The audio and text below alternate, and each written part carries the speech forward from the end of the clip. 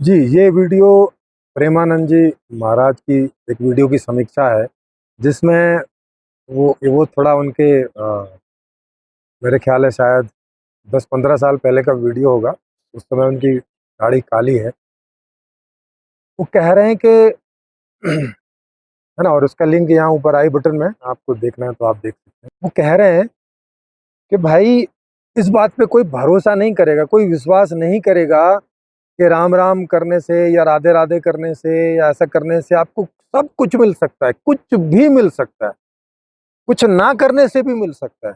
और जो कोई भरोसा करेगा वो आनंद में डूब जाएगा। फिर साथ में वो भी कह रहे हैं कि भगवान की माया ये भरोसा करने नहीं देती है। भगवान की माया, अब समझ में नहीं आ रहा है यहाँ पे कि अगर भगवान ने अपनी माया को ऐसा काम दे रखा है कि भाई कोई भरोसा ना करे, ऐसा करती रहो,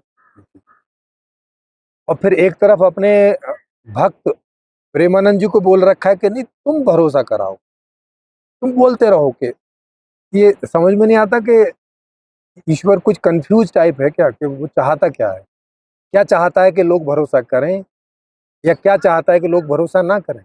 अब एक तरफ माया को लगा रखा है कि भाई कोई भरोसा ना करे, और ये बात खुद प्रेमानंद जी बोल रहे हैं कि भगवान की माया भरोसा करने नहीं देती। अब मतलब उसको ये बकौल प्रेमानंद जी महाराज के, वो इस माया को जानते हैं, और ये माया ये जो भी बोलेंगे उस बात पे भरोसा नहीं करने देगी अधिकतम लोगों को। और वो तो कह रहे हैं किसी को भी नहीं करने देगी, लेकिन चलो कम से कम खुद भरोसा करके बैठे तो कोई इक्का दुक्का को तो करने ही देगी। तो अब समझ नहीं आ रहा है कि ईश्वर ने ये दुनिया इक्का दुक्का लोगों के लिए बनाई है या भाई अधिकतम लोगों के लिए बनाई। अगर इनके हिसाब से मैं जैसा ईश्वर ये बता रहे हैं और उसको पोर्ट्रेट करूं, मतलब उसकी एक तस्वीर बनाऊं, तो वो उसका चेहरा बड़ा कन्फ्यूजन स्टेट में होगा कि भाई आखिर करना क्या चाह रहे हो यार। जैसे उदाहरण के लिए समझो कि मेरे 2 बेटे हैं, और मैं एक बेटे को बोलूं कि भाई तुम तुम जो है चोरी करके अपना जीवन चला, ठीक है, और एक दूसरे बेटे को बोलूं अलग से कि भाई देखो तुम इसे ना चोरी नहीं करने देना। तो आप लोग मुझसे पूछेंगे नहीं कि भैया चाहते क्या हो आखिर, आप ही कह रहे हो इसको कि चोरी करना, और आप ही दूसरे को कह रहे हो भाई इसको करने मत देना। मतलब दोनों भाइयों को आपस में लड़ा रहे हो। अब दोनों भाई तो ये सोच के कि भाई हाँ पिता की आज्ञा है, लगे हैं दोनों। वो चोरी करने की का पूरा प्लान बना रहा है और उसके लिए प्रयास कर रहा है, भाई पिता की आज्ञा है। और एक दूसरा है वो कह रहा है कि पिता की आज्ञा है कि भाई इसे चोरी नहीं करने देना। अब वो चोरी करने पहुंच गया और ये उसे रोकने पहुंच गया, और वहां दोनों गुत्थम गुत्था है। दोनों पिता का वचन पालन कर रहे हैं। वो चोरी करने का वचन पालन कर रहा है कि चोरी करनी है, और ये उसे चोरी करने नहीं देनी है, ये उसका वचन पालन कर। भैया ये चाह क्या रहा है आखिर। पिता ने 2 बच्चे पैदा किए और दोनों को आपस में लड़ा दिया, ये एक दूसरे के विपरीत खड़ा कर दिया, ये क्या चक्कर है। उन्होंने एक तरफ माया को पैदा किया और बोला कि तुम्हें भाई किसी बात पर भी, मेरी किसी बात पर भी कोई आदमी भरोसा ना कर ले, ऐसी सिचुएशन पैदा करते रहना लगा। और फिर वहाँ जो लोग हैं उनमें से किसी एक को बोल दिया या 2-4 को बोल दिया कि देख भाई तू बोलते रहना है कि ईश्वर की बात पे भरोसा करना है, ईश्वर की बात पे भरोसा करना है, सब मिल जाएगा, सब मिल जाएगा। और मिलता मिलाता कुछ नहीं। ये कहानियां जरूर सुनाते हैं पीछे की कि नरसिंह भगत को वो भात भर के गाड़ी के सोने सोने की गाड़ी मिल गई थी, ये सब कहानियां। इनकी किडनी तक नहीं ठीक हो रही है। इन्हें 20 साल से भी ज्यादा इनकी किडनी खराब हुए हो गई, इनकी किडनी तक ठीक नहीं हो रही है राधे राधे करने से, है ना। किडनी तक भी ठीक नहीं हो रही है इनकी, और क्या होगा इनके बताओ। तो ये जो कह रहे हैं कि सब हो जाता है, अच्छा इनसे बोलो कि आपकी किडनी क्यों नहीं ठीक हो रही, तो बोलेंगे नहीं वो पिछले जन्मों के कर्म है, तो उसका फल मैं भुगत रहा हूँ। लेकिन आप तो राधे राधे कर रहे हो, आप तो कह रहे थे कि राधे राधे करने से बिना कुछ किए सब कुछ मिल जाता है। तो आप तो राधे राधे कर रहे हो, कुछ और नहीं कर रहे हो, तो सब कुछ मिल जाना चाहिए, आपको हेल्थ मिल जानी चाहिए, आपको स्वास्थ्य मिल जाना चाहिए, ईश्वर को खुद ही दे देना चाहिए, आपके कर्म कैसे भी रहे हों। आप बोल रहे हो ना ऐसा कि मैं नीच अधम पापी ऐसा और जैसा भी हूँ सब आपका हूँ और अब आप जानो। तो क्या अब आपके ईश्वर की इतनी ताकत नहीं है कि वो आपकी किडनी ठीक कर दे। आपसे किडनी खराब करा के क्या चाहते हैं वो? अब तो आप बूढ़े हो गए, जन्म भर आप उनके रास्ते पे टिके रहे हैं। 10 साल की उम्र से आप घर से निकले और अब बूढ़े हो गए हैं। अभी तक भी क्या ईश्वर को भरोसा नहीं हुआ है आप पे कि भाई हाँ ये तो सच्चा भगत है, इसकी चलो किडनी ठीक कर दो? वो क्यों लगे हैं आपको आपके किसी नीच कर्म का फल भुगतवाने में? क्यों लगे हुए? और या तो फिर आप ही झूठ बोल रहे हैं कि ऐसा है, या तो आप ही माया के ही पिट्ठू हैं, फिर माया के ही आप कोई कर्मचारी हैं कि ये दूसरे तरीके से अविश्वास फैला रहे हैं। ऐसी ऐसी बातें जनता में बोल रहे हैं कि दिख रहा है कि ऐसा तो कोई परिणाम आ नहीं रहा। ज़्यादातर साधुओं की हालत खराब, उनकी आर्थिक हालत खराब, उनकी मानसिक हालत खराब, उनकी बौद्धिक हालत खराब। माने एक आदमी की जितनी तरह की खराब हालतें होती हैं, वो सब सारी खराब हालतें होती हैं।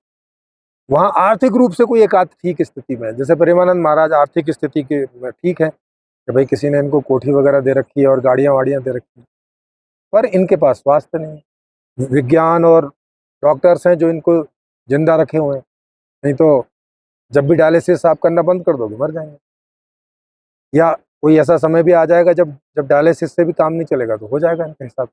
तो खुद थोड़ा-सा प्रैक्टिकली हम लोग होके सोचें। ये प्रेमानंद महाराज तो प्रैक्टिकली कुछ सोच नहीं रहे हैं।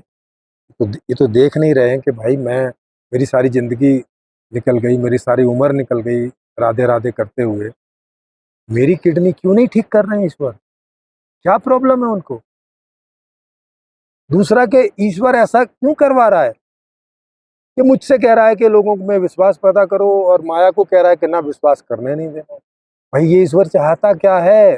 लोग विश्वास करें, नहीं करें, जिएँ, नहीं जिएँ, इस दुनिया में रहें, नहीं रहें, क्या चाहता है भाई? कुछ क्लैरिटी आनी चाहिए। तो कोई क्लैरिटी प्रेमानंद जी के द्वारा तो है नहीं है, क्योंकि उनकी अपनी ही बातों में बहुत सारे विरोधाभास हैं, जो मैं समय-समय पर यहाँ पे रखता रहता हूँ। इस वीडियो में भी आपको मैंने ये विरोधाभास रखा कि वो खुद ही कह रहे हैं कि ईश्वर की माया किसी पे भरोसा करने नहीं देती है और ये ईश्वर पे भरोसा करवाना चाहते हैं। अब समझ में नहीं आ रहा है कि ये ईश्वर के विरोध में है, क्योंकि ईश्वर ने तो माया माया मतलब एक बड़ी चीज़ है, आदमी से तो बड़ी चीज़ है, तो उसको लगा रखा है कि भाई भरोसा नहीं करने देना है और इन्होंने भरोसा कर लिया, तो ये तो ईश्वर के विरोध में नहीं हो गए? भाई ये ईश्वर के विरोध में हो गए कि नहीं हो गए?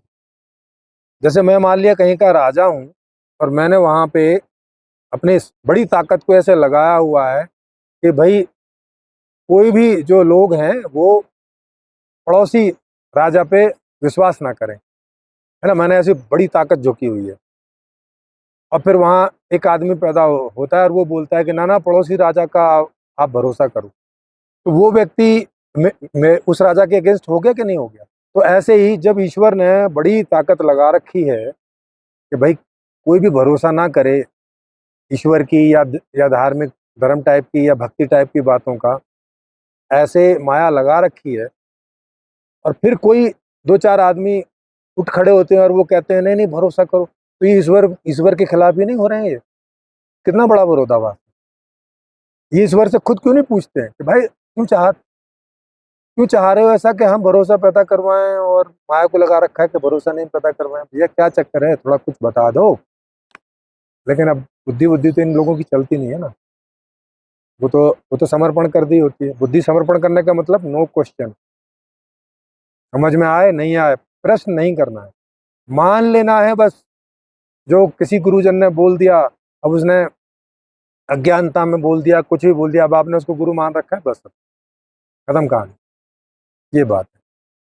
आप में से किसी को लगे कि मैं कोई ठीक एक्सप्लेनेशन नहीं दे रहा हूँ यहाँ पे, तो वो मेरे साथ ऑनलाइन लाइव चर्चा के लिए आ सकते हैं। मेरा नंबर नीचे व्हाट्सएप का होता रहता है, उसमें आप बोलेंगे तो मैं आपकी लाइव चर्चा अपने साथ इस टॉपिक पर गठित कर दूंगा और वो पूरी तरह से फ्री है। तो आप सब भी महाराज प्रेमानंद सहित इनवाइट है।